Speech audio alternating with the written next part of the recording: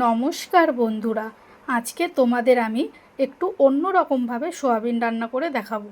তো তার জন্য এক বাটি সোয়াবিন আমি দেখো গরম জলে সেদ্ধ করে নেব। তারপরে ঠান্ডা জল দিয়ে ধুয়ে ভালো করে এগুলোকে চিপড়ে আমি জল ঝরিয়ে নেব।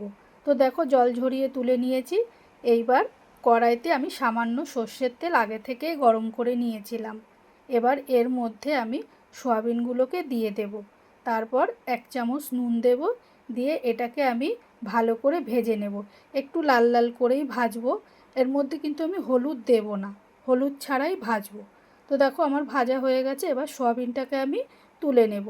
এবার একটা মশলা বানাবো। এখানে দেখো নিয়েছি সাদা সর্ষে আর কালো সর্ষে, পরিমাণ মতন কাঁচা লঙ্কা, আর নিলাম 1 বাটি কুচনো নারকোল, আর 1 চামচ নুন, আর 1 চামচ জিরের গুঁড়ো দিয়ে আর সামান্য একটু জল দেব। দিয়ে এটাকে একটা মিহি পেস্ট আমি বানিয়ে নেব।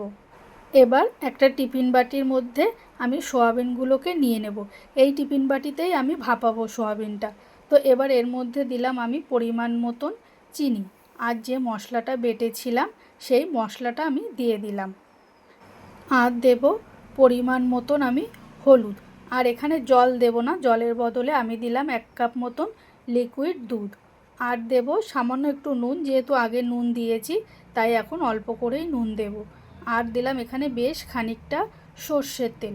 এটা কিন্তু একদম খাঁটি ঘানির সর্ষের তেল। তো তেলটাকে দিয়ে আমি এটাকে ভালো করে কিন্তু মিশিয়ে নেব। তো দেখো আমার মেশানো হয়ে গেছে, আর কত সুন্দর কালারটাও লাগছে দেখতে দেখো। এবার ওপর থেকে আমি কয়েকটা লাল লঙ্কা দিয়ে দেব। দিয়ে ঢাকনাটাকে বন্ধ করে এটাকে এবার আমি স্টিম করব। আমি এটাকে রাইস কুকারেই স্টিম করব। তো দেখো রাইস কুকারের বাটিতে জল নিয়ে নিয়েছি, আর ওপরে একটা জালি বসিয়ে দিয়েছি। এবার বাটিটাকে বসিয়ে দিয়ে আমি 15 মিনিট মতন এটাকে কিন্তু আমি স্টিম করে নেব।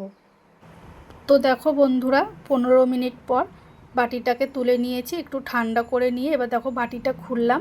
কত সুন্দর গন্ধও বেরিয়েছে, আর কালারটা দেখো কত সুন্দর হয়েছে। তো এটাকে আমি আবারও একটু নাড়িয়ে চাড়িয়ে দেব। দিয়ে এটাকে আমি একটা অন্য বাটিতে আমি ঢেলে নেব। তো বন্ধুরা, তোমাদের কেমন লাগলো আজকে আমার নারকোল দিয়ে সোয়াবিনের ভাপা, অবশ্যই কিন্তু আমাকে কমেন্ট করে জানিও। আর তোমাদের যদি রেসিপিটা ভালো লেগে থাকে অবশ্যই কিন্তু একটা